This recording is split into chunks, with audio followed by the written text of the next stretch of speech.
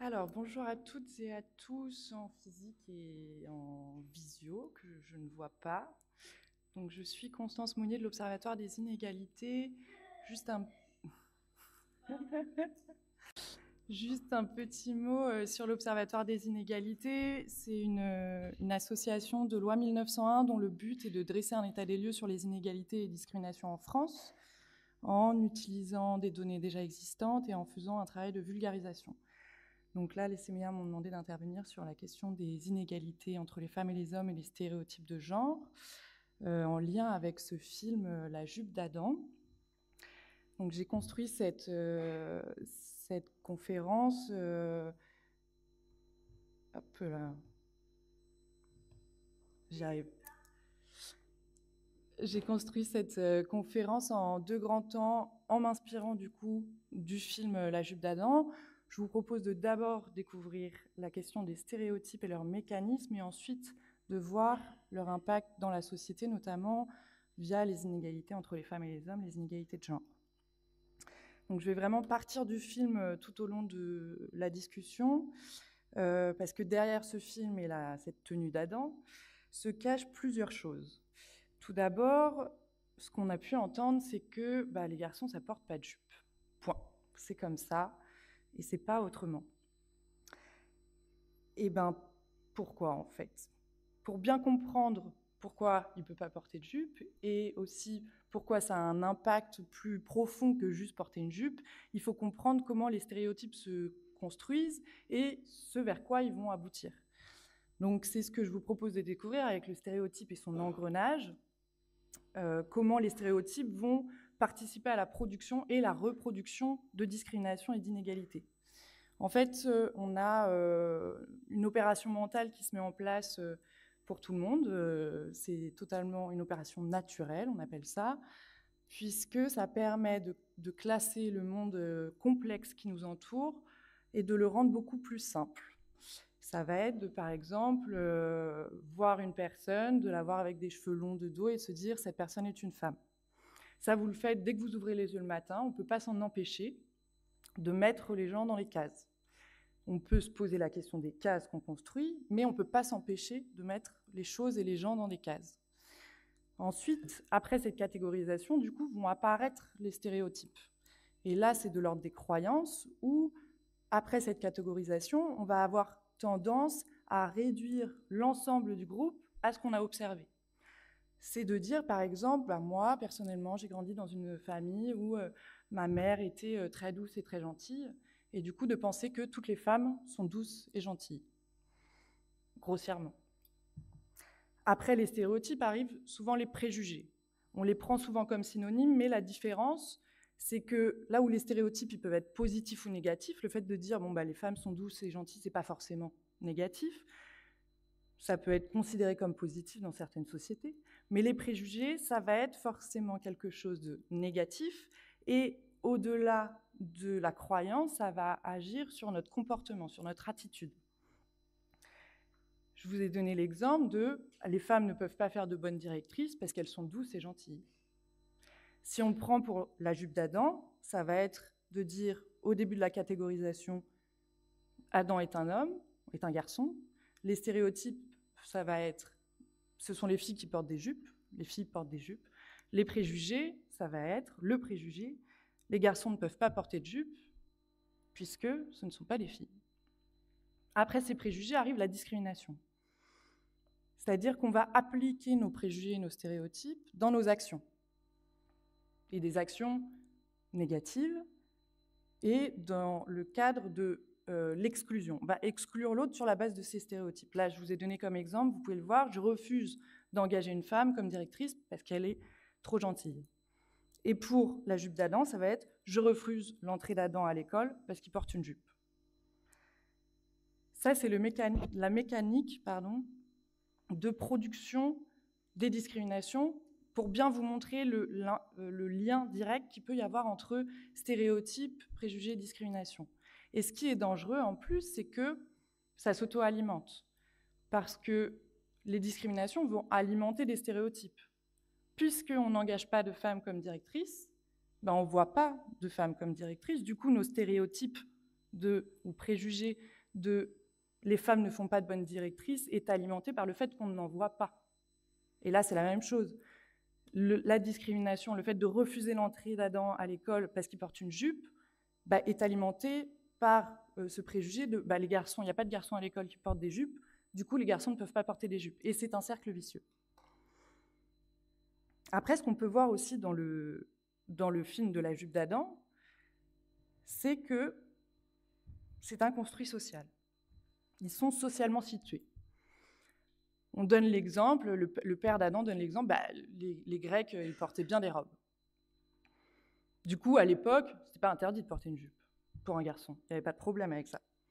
Ça montre bien que quand on parle d'inégalité, il faut savoir de quand on parle et de où on parle. C'est un construit social dans le sens où c'est la société qui va produire ces stéréotypes. Du coup, ce qui est quand même plutôt positif, c'est que ça peut évoluer dans un sens positif. Et cette construction sociale, elle arrive grâce à une socialisation, ou à cause plutôt d'une socialisation, dans le sens où on ne naît pas avec des stéréotypes. Ils vont être communiqués au fur et à mesure de notre socialisation. Ça va être par la télé, ça va être par nos parents, ça va être par ce qu'on observe dans la rue, la publicité, les livres, énormément de choses. Je vous ai mis différents exemples de cette socialisation.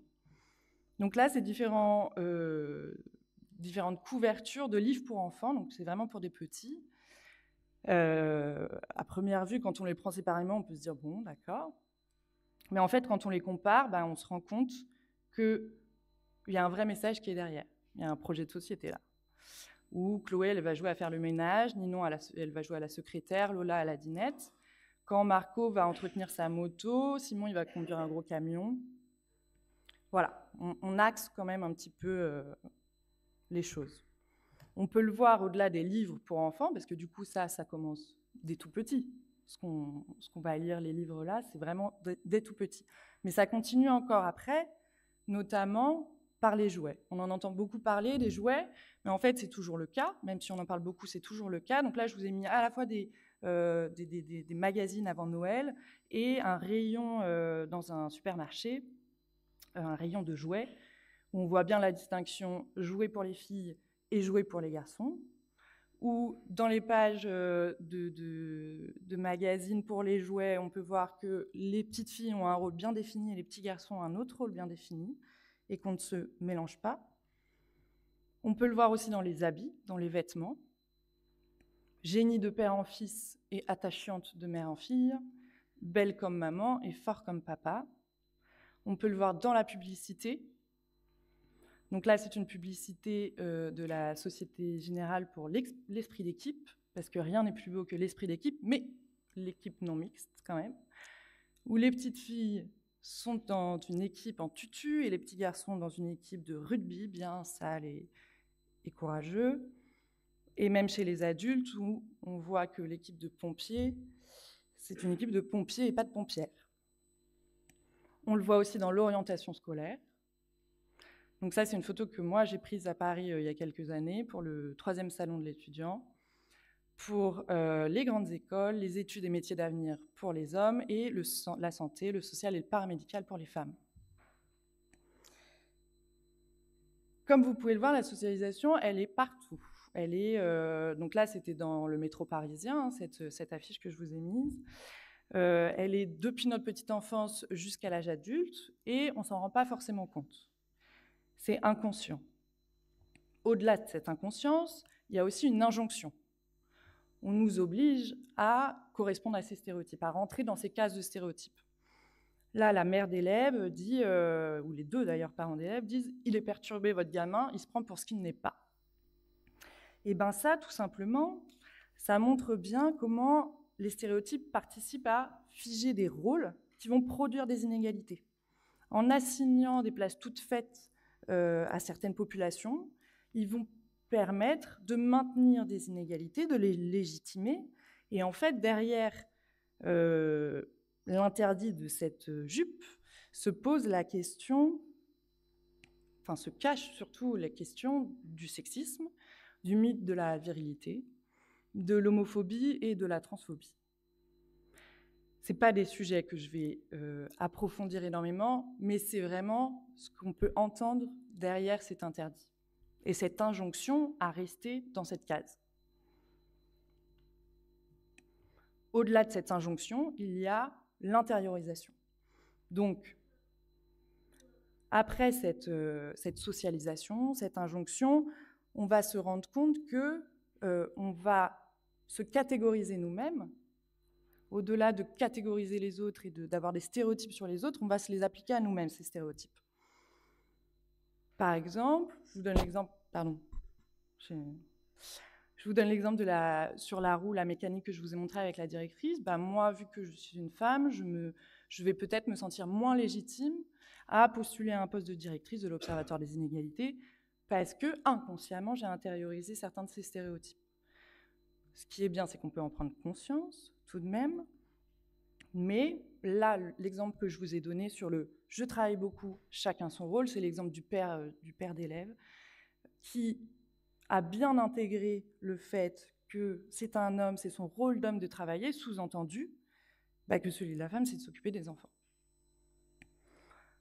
Ça va avoir une incidence réelle dans nos vies. Il y a différents psychosociologues qui ont fait des expériences pour mesurer l'impact des stéréotypes dans la réussite. Il y a notamment les psychologues sociaux Pascal Huguet, Sophie Bruno et Jean-Marc Montel qui ont fait une expérience en 2001 avec des élèves de 5e et de 6e. Ils leur ont fait observer pendant 50 secondes une figure assez complexe et complètement abstraite, et ils ont divisé le groupe en deux groupes. Au premier groupe, ils ont expliqué qu'ils allaient faire un exercice de géométrie, et au deuxième, que ça serait un exercice de dessin. Et ils ont observé les résultats. Et ils se sont rendus compte que quand on annonce aux élèves que c'est un exercice de géométrie, les filles, donc les élèves de 6e et 5e filles, ont tendance à moins bien réussir que les garçons. Alors que pour celles et ceux qui ont fait l'exercice en pensant que c'était une épreuve de dessin, les filles réussissaient autant, voire mieux que les garçons. Ça montre bien que ce stéréotype qu'on a tous un peu en tête, que les filles sont moins bonnes en maths que les garçons, qu'elles se l'appliquent elles-mêmes aussi. Donc cette expérience, elle permettait de montrer notamment l'intériorisation de ces stéréotypes. Il y a eu d'autres expériences, notamment ce qu'on a appelé sur la menace du stéréotype. Ça va être plus sur l'impact de l'environnement dans cette production de stéréotypes, cette reproduction de stéréotypes. Et là, c'était une expérience menée par Jean-Claude Croiset et Virginie Bonneau sur des étudiantes, donc uniquement des étudiantes, des femmes, qui leur ont fait faire un exercice de statistique. Donc, avant l'épreuve, on leur a dit soit dans cette faculté, les étudiants pensent que les femmes sont aussi bonnes que les hommes en mathématiques. Et un autre groupe, on leur a dit dans cette faculté, on pense que les femmes sont moins bonnes en mathématiques en statistiques et en mathématiques que les hommes. Ils ont regardé les résultats à l'épreuve et ils se sont rendus compte que les femmes qui sont confrontées à un environnement hostile, c'est-à-dire qui acceptaient ce stéréotype, que les femmes étaient moins bonnes en maths que les hommes, avaient de moins bons résultats. Et celles qui étaient dans l'épreuve où l'environnement rejetait ces stéréotypes avaient des meilleurs résultats.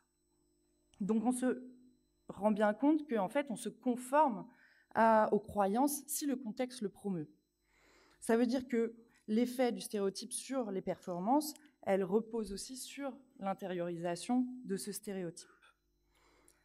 Donc là, je vous propose, vu qu'on est avec les CMA et que c'est quand même toujours plus sympa, de participer. On va faire un petit quiz corporel pour justement essayer de mesurer votre rapport aux stéréotypes.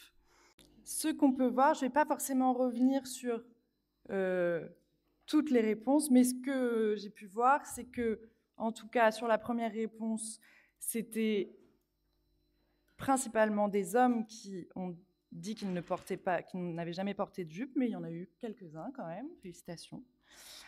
Pour le vernis, pareil, surtout des hommes. Pour la poupée, on a eu plutôt pareil, une grande majorité d'hommes et de femmes qui ont joué aux poupées, donc vous êtes non genrés dans cette dans cet axe-là, donc c'est très bien. Petit rappel, je vais d'ailleurs utiliser pas mal pour la suite là, des chiffres du rapport du HCE, donc du Haut Conseil à l'égalité, qui est sorti lundi, que je vous conseille de lire parce que c'est assez déprimant. Donc, qui a interviewé 2500 personnes de 15 ans et plus en octobre 2022, donc c'est vraiment des chiffres tout frais. Ils se sont rendus compte que dans leur panel, il y a 23% de Françaises et Français qui pensent que les poupées sont faites pour les petites filles et les camions pour les petits garçons. Donc, ce stéréotype est encore présent, même si vous ne le représentez pas forcément, ce qui est très bien. Sur la compétition, il y a eu 5 femmes qui ont dit non, qui n'avaient jamais fait de compétition. Je peux vous donner le côté inverse du rapport du HCE, notamment, qui montre que 39% des hommes pensent qu'il faut avoir l'esprit de compétition pour être respecté en tant qu'homme dans la société. Voilà. Sur les temps partiels, je vous ai doublé la question parce que c'est une question importante. En fait, on se rend compte que 28% des femmes actives sont à temps partiel et 8% des hommes actifs, donc ceux qui ont un emploi. Ça, c'est des chiffres de 2021. Après, si on prend le chiffre autrement, on peut regarder le nombre de temps partiels et on se rend compte que 80% des temps partiels sont occupés par des femmes. Donc, sur la question du temps partiel, je vous ai doublé la question parce que la raison du temps partiel est souvent liée au fait d'avoir un enfant. 80% des temps partiels sont occupés par des femmes et il y a ce qu'on appelle le temps partiel subi, le fait que certaines personnes sont à temps partiel mais voudraient travailler plus, mais ne le peuvent pas. Il y a 33% des hommes qui sont en temps partiel, donc 33% de ces 8% qui sont en temps partiel subi, qui le subissent. Et il y a 26% des femmes en temps partiel, donc 26% de ces 28%, qui sont en temps partiel subi. Mais après, si on prend du coup à l'échelle de tous les emplois, c'est-à-dire de toutes les personnes actives dans la société, les chiffres sont un peu plus parlants parce que les femmes représentent 72% des temps partiels subis quand on regarde du coup à l'échelle de toutes les personnes en emploi. Le rapport du HCE, il amène d'autres éléments d'analyse sur cette question, où il y a un tiers des Français qui pensent que c'est normal que les femmes s'arrêtent de travailler pour s'occuper des enfants. Et si on regarde les hommes de plus de 65 ans, c'est un homme sur deux. Donc la moitié des hommes de plus de 65 ans pensent que c'est normal de s'arrêter pour s'occuper des enfants quand on est une femme. Donc il y a une vraie question sur cette question du temps partiel, parce que le temps partiel, mais on le verra plus tard, a un impact aussi sur les inégalités de salaire entre les femmes et les hommes, on le verra encore après. Sur la question des augmentations, il y avait plus d'hommes que de femmes qui avaient déjà demandé une augmentation, mais vous n'étiez pas beaucoup à avoir demandé une augmentation. Malheureusement. Donc je vous suggère de ne pas hésiter. Ce rapport du HCE, il montre que 35% des femmes n'ont pas osé ou ont renoncé à demander une augmentation. Donc ce qui est quand même un tiers des femmes, c'est quand même énorme. Et enfin, sur la tenue, donc celle que j'ai laissée là, sur avez-vous déjà adapté votre tenue vestimentaire de peur de vous faire harceler? Donc comme vous avez pu le voir, les questions, elles commençaient mignonnes, elles finissent un peu plus trash. Mais c'est le but de vous montrer comment une petite chose minime peut avoir un impact sur notre quotidien et notre vie de manière très violente. Pareil, j'utilise les chiffres du rapport du HCE qui est paru lundi.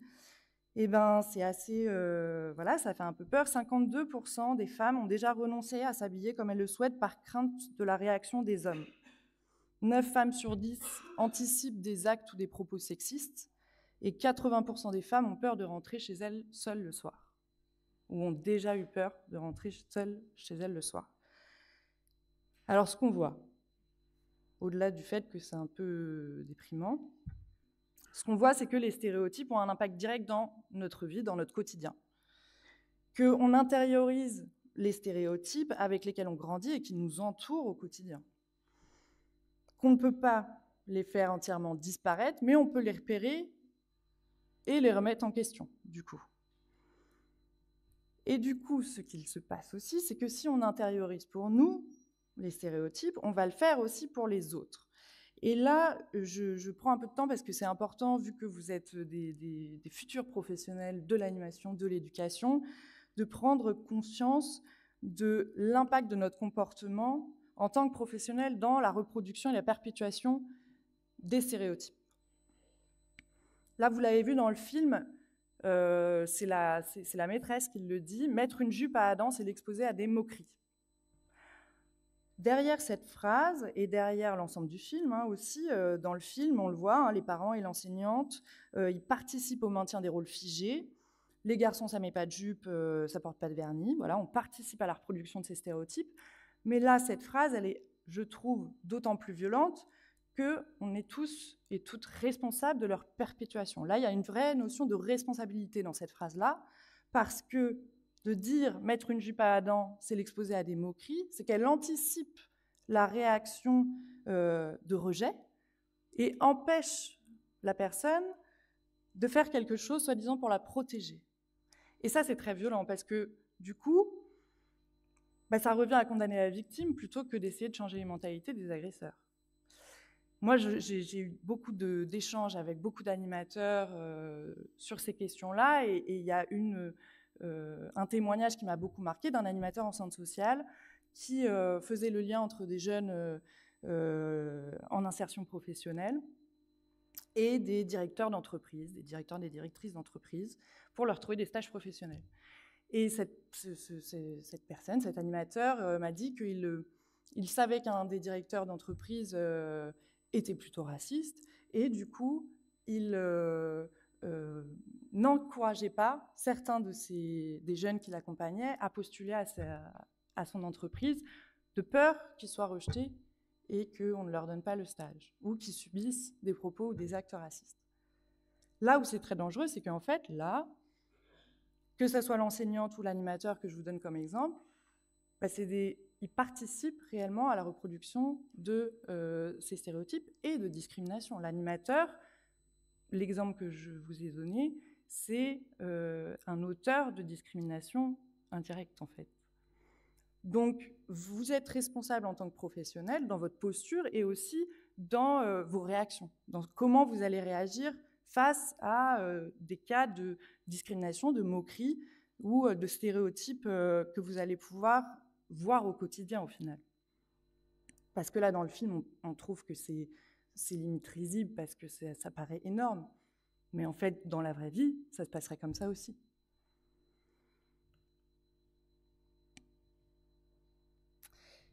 Alors, ensuite, je vous propose de passer sur les conséquences des stéréotypes. On a pu commencer à le voir, le rôle des stéréotypes dans la reproduction des inégalités entre les femmes et les hommes, de voir comment les stéréotypes de genre ils vont participer à la reproduction, au maintien de ces inégalités sociales. Tout simplement, les stéréotypes permettent de maintenir des rôles figés. On le voit très bien dans le film, chacun a son rôle, chacun a sa place, chacun a le droit de porter certains habits, certains maquillages, certains vernis, et pas d'autres. Du coup, ça va permettre de légitimer les inégalités.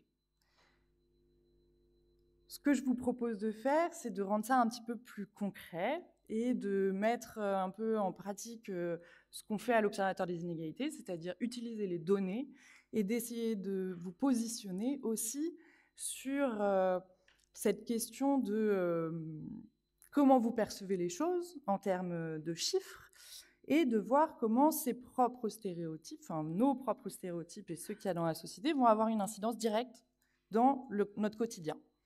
Alors, ce que j'ai pu voir, c'est que vous êtes en grande majorité sur 84,4%, il y en a quelques-uns sur 59,8%, donc vous avez raison.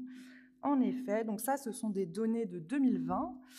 On peut se rendre compte que la part des femmes dans les carrières paramédicales et sociales est de 84,4%. Alors, on a souvent tendance on parle quand même beaucoup d'orientation scolaire, le fait d'inciter les filles à plus s'orienter vers les filières dites masculines. Mais on ne parle pas beaucoup des garçons et de justement l'importance de les inciter à opter pour des carrières dites plus féminines. Ce qu'il faut savoir également, c'est que toujours le rapport du HCE, je suis désolée, mais vu qu'il vient de sortir et que les chiffres sont quand même assez forts, je l'utilise. 15% des femmes ont déjà redouté, voire renoncé à s'orienter dans des filières ou métiers scientifiques ou majoritairement masculins, surtout par crainte de ne pas y trouver leur place ou être mal à l'aise. Et quand on regarde les chiffres sur les plus jeunes, donc les 25-34 ans, c'est 22%. Donc cette crainte qui est très liée aux stéréotypes a un impact direct sur nos choix d'orientation. Et ce qu'on a pu voir tout à l'heure sur la socialisation, le fait que depuis tout petit, on nous fait lire ou voir dans les magazines les jouets pour enfants, les films, voilà, certaines choses, va avoir un impact direct sur vers quoi on va tendre. Et on ne peut pas en vouloir aux filles de partir plus vers des filières paramédicales ou sociales, mais c'est quelque chose dont il faut prendre conscience et agir du coup dès le début. La deuxième question concerne du coup, après l'orientation, les métiers. C'est assez mélangé. Il n'y a pas de majorité qui se déclare. Alors, c'est en effet, je ne sais pas si vous arrivez à lire, c'est les secrétaires. Alors, on a l'impression que c'est waouh, mais en fait, quand on regarde bien, donc c'est des données qui datent de 2017, et donc comme je l'ai reformulé dans la question, c'est pas le nombre de femmes dans les métiers qui sont présentés là, c'est le choix des femmes pour aller vers certains métiers. Donc, comment lire ça? Ça va être 5,5% des femmes sont secrétaires. Mais du coup, si on regarde le métier de secrétaire, eh ben 97% des secrétaires sont des femmes. Donc c'est pire, en fait. Mais sur les enseignantes, vous voyez bien que c'est pas le premier métier, ça fait pas partie des 13 professions les plus fréquentes chez les femmes. Sauf en maternelle. Mais c'est quand même 66% des enseignants qui sont des enseignantes. Donc c'est clairement majoritairement un métier féminin. Je vais vous faire la même chose pour les métiers chez les hommes. Alors, il n'y avait pas beaucoup sur la troisième profession, donc nettoyeur. C'était surtout entre agent de sécurité et conducteur routier. Et en effet, c'est les conducteurs routiers et grands routiers qui l'emportent. Donc, c'est-à-dire qu'on a 3,5% des hommes qui sont des conducteurs routiers et grands routiers. Pareil, si on prend la chose à l'envers et qu'on regarde la profession et la part d'hommes dans cette profession, 91% des conducteurs de véhicules sont des hommes. Donc c'est un métier majoritairement masculin, très majoritairement masculin, et en plus de ça, un métier qui est très choisi par les hommes. Ma troisième question concerne plutôt la sphère privée, avec ce qu'on appelle la double journée. Majorité de 3 heures, vous êtes plutôt pessimiste. Ah, c'est quand même bien. Vaut mieux dans ce sens-là. Mais c'est terrible quand même. Parce que 1h30 par jour, c'est 10 heures par semaine. Et 40 heures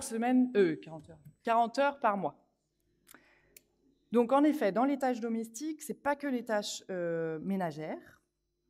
Ces chiffres-là, c'est des données donc, de 2009-2010 pour des couples hétérosexuels qui travaillent avec ou sans enfants. En fait, c'est vraiment au moment où on a un enfant que ça bascule. Je suis désolée de vous dire ça, si vous n'avez pas encore d'enfant, mais en fait, les couples, pour les jeunes couples sans enfants, hétérosexuels, ils sont plus égalitaires qu'avant. On voit une nette amélioration par rapport à quelques années. Donc, il y a quand même une évolution positive. Après, bon, c'est toujours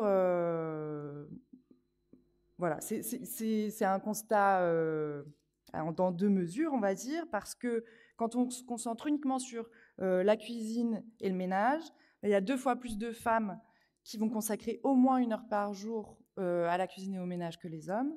Et 80% des femmes font la cuisine ou le ménage au moins 1 heure chaque jour, contre 36% des hommes. Donc ça, c'est des données de 2016. Donc, on me pose la question de si on prend en compte la charge mentale dans ces données-là. Non. C'est des données 2009-2010. La charge mentale, on en parle depuis un peu moins longtemps. Mais non, les chiffres seraient peut-être moins positifs. Enfin, ça reste quand même 1h30 de plus, hein, donc c'est pas si positif que ça, mais c'est pas 3 heures. Ma dernière question porte sur, après la double journée, il y a donc la journée et la paye de la journée. Cette question, je la pose à chaque fois que j'interviens, parce qu'on entend beaucoup parler des inégalités de salaire entre les femmes et les hommes, on entend beaucoup de chiffres, et en fait, si on enlève le début de la phrase, avant la virgule, les femmes touchent en moyenne de moins que les hommes, tous les chiffres sont bons. D'où l'importance de comment on pose une question. Donc, si on part sur le chiffre, donc vous étiez dans la salle plutôt entre 28,5 et 16,8. Il y en a eu quelques-uns quand même qui étaient sur 5,3. Je dirais 5 personnes quand même. C'est pas mal. C'est pas mal. Voilà. Donc, 28,5%, quand on parle de ce chiffre-là, on prend l'ensemble des salaires des femmes, peu importe leur temps de travail, peu importe leur métier, et on le compare à l'ensemble du salaire des hommes. Et donc, on compare ces 2 enveloppes et on se rend compte que les femmes touchent en moyenne 28,5% de moins que les hommes. Pourquoi ? En majorité, à cause de ce dont on parlait tout à l'heure, du temps partiel. Le 16,8%, c'est le chiffre qu'on va obtenir quand on enlève cette variable temps partiel, en fait. Quand on passe tous les salaires en équivalent temps plein, donc l'enveloppe des femmes va remonter, celle des hommes elle va remonter un petit peu aussi, mais ça s'équilibre, et on arrive à 16,8%. Le 5,3%, eh bien, il représente ce à quoi on va arriver quand on retire l'effet profession exercée. Donc, c'est-à-dire que ça va être à temps de travail égal et à métier équivalent, les femmes touchent en moyenne 5,3% de moins que les hommes. On entend beaucoup parler du chiffre de 16,8%, du chiffre de 28,5%, parce que ce sont des chiffres qui sont marquants, voilà, c'est sûr. Et surtout, ils permettent de parler, même si on ne l'entend pas jusqu'au bout, mais ça permet surtout de parler de cette question de temps partiel et de temps partiel subi. Ce qu'il faut savoir, c'est qu'il y a plus d'une femme sur 4 qui travaille en temps partiel, ce qui n'est le cas que de moins d'un homme sur 10. Et en plus de ça, vu que le temps de travail est accru, pour les hommes, est accru par les heures supplémentaires qu'ils vont effectuer plus souvent que les femmes, puisque les femmes s'occupent plus souvent des enfants que les hommes, ça va avoir un vrai impact sur les écarts de rémunération. Donc, aucun des chiffres est faux, ni vrai d'ailleurs, plutôt n'est pas faux, mais c'est juste pour vous montrer que c'est très important de savoir, de bien comprendre de quel chiffre on parle. Parce que l'impact ne va pas être forcément le même. Et je ne dis pas du tout qu'il faut plus se concentrer sur ce chiffre de 5,3 ou celui de 16,8 ou 28,5. C'est juste que derrière ces cas qui sont plus proches de ce qu'on appelle une discrimination de 5,3%, se cachent énormément d'inégalités entre les femmes et les hommes qui ont autant d'importance à lutter, c'est-à-dire la question du temps partiel, mais ça va être sur l'orientation scolaire, le fait que les filières, les métiers féminins, dits féminins, parce qu'on va trouver plus de femmes, sont moins bien payés en moyenne que ceux des hommes. Voilà, énormément de questions qui sont importantes de traiter pour lutter contre les inégalités entre les femmes et les hommes. Ce qu'on peut voir dans ce que je vous ai présenté, ce que j'espère que vous voyez, c'est que ce qui est positif, mine de rien, parce que même si je vous ai donné beaucoup de chiffres qui ne sont pas forcément très positifs, ce qui est positif, c'est qu'on peut agir contre les inégalités entre les femmes et les hommes en agissant directement contre les stéréotypes de genre. Et si on peut accepter que certains stéréotypes soient présents dans notre quotidien, on peut aussi les refuser. Et on peut aussi tout simplement dire, alors ça c'est la solution de la jupe d'Adam, on peut aussi dire, allez vous faire cuire le cul. Après, c'est celle de la... C'est la solution proposée par le film. Ce qu'on vous propose de faire avec l'équipe des CMEA, c'est peut-être d'aller un petit peu plus loin et de réfléchir à qu'est-ce qu'on pourrait faire pour lutter contre les inégalités entre les femmes et les hommes et les stéréotypes de genre. Vous avez proposé une neutralité des métiers, c'est-à-dire écrire les métiers de manière inclusive, non genrée, une socialisation moins genrée dès l'enfance, des ateliers sur l'éducation, une meilleure répartition des tâches domestiques, supprimer les temps partiels. Alors ça, c'est carrément... OK. Supprimons le travail. Je suis d'accord. Je veux bien. La mise en place de quotas ou encore la formation d'acteurs éducatifs. Bon, ce qu'on voit, c'est que vous avez plein d'idées. Ça, c'est très bien.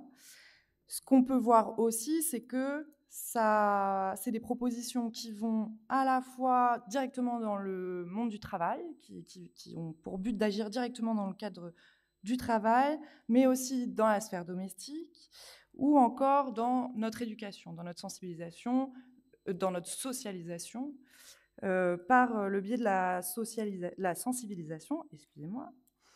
Donc en effet, moi j'en avais listé aussi quelques-unes, comme par exemple l'augmentation du congé parental, comme ça a pu être fait, mais peut-être aller encore plus. Avant, on était à 14 jours, aujourd'hui, on est à 28 jours calendaires, donc samedi, dimanche compris, dont 3 jours pris en charge par l'employeur.